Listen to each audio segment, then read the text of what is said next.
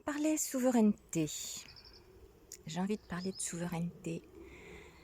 C'est un mot dont on entend beaucoup parler en ce moment, depuis un certain temps. Et j'ai envie de définir un petit peu plus précisément, selon moi, selon mes critères, la souveraineté, c'est quoi?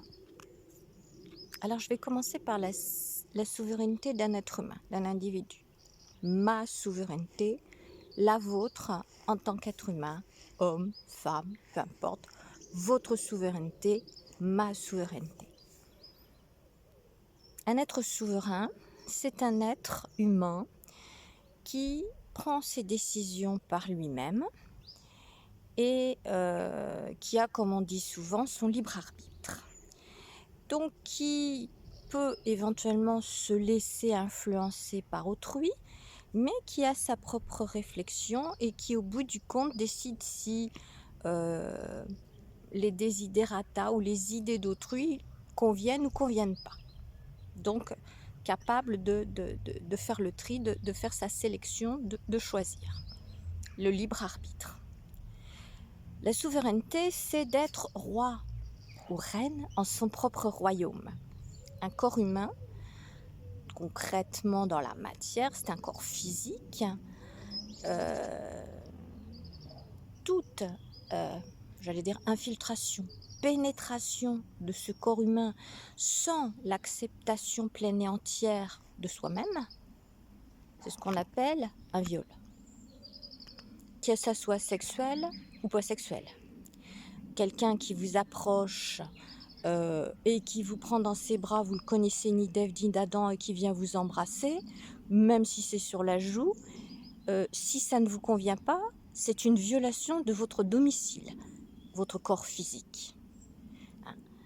Donc, c'est l'absence totale du respect de votre propre souveraineté.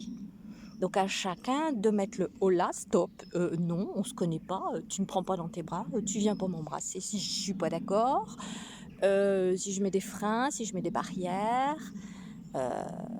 C'est l'expression de la souveraineté de chacun, au niveau du corps physique, individuellement. Quand on est dans une relation de couple, par exemple, ou même avec des enfants, ses propres enfants, souvent dans les logements, on parle de périmètre, c'est quoi le terme déjà exact? Heu, c'est pas un périmètre de sécurité. Hem, Au-delà de ce périmètre, c'est notre intimité. On ne dépasse pas, on n'envahit pas ce territoire-là, qui c'est trop proche de soi. Il y a des personnes qui sont très charnelles, qui ont le besoin de toucher très, très, très vite. Et puis il y en a d'autres qui mettent des distances. C'est à respecter. C'est à exprimer sa propre souveraineté, dire qu'est-ce qui est acceptable, qu'est-ce qui ne l'est pas. Bon, ça c'est au niveau du corps physique, chacun individuellement. Exprimer sa souveraineté, c'est être roi ou reine en son royaume, en son corps physique, dans cette matière. Première chose. Donc, effectivement, je parlais de viol tout à l'heure. Quelqu'un qui vient violer une autre personne, c'est ne pas respecter du tout la souveraineté de cette autre personne. C'est une monstruosité, quoi. Bon. On va élargir un petit peu le cercle et on va passer au foyer, la maison ou l'appartement, le lieu de vie. Un lieu de vie, c'est un endroit où chacun met sa touche, sa patte personnelle, son âme, accessoirement, ou plus qu'accessoirement. Là, je vais rester quand même dans le domaine concret, dans la matière, je ne vais pas passer au niveau spirituel. Mais bon, met sa touche personnelle, sa patte, ses goûts, et en son territoire, en son domaine, dans sa maison, en son lieu de vie, chacun d'entre nous, individuellement, exprimons notre souveraineté. Nous sommes rois et reines en notre territoire. Donc, roi et reine au niveau de notre corps physique, mais roi et reine de notre lieu de vie, de notre territoire, notre maison, notre appartement, notre logement. C'est le nôtre, c'est pas celui du voisin. Dans le même esprit, quand quelqu'un pénètre chez vous à votre insu pour cambrioler ou je ne sais trop quoi, on appelle ça une violation de domicile. C'est le même esprit que un viol d'un corps physique. C'est ne pas respecter la souveraineté de la personne, que vous soyez locataire ou propriétaire, c'est votre domicile, c'est chez vous. Personne d'autre sans votre invitation n'a à y rentrer, à y pénétrer. Vous êtes souverain en votre territoire, en votre domaine.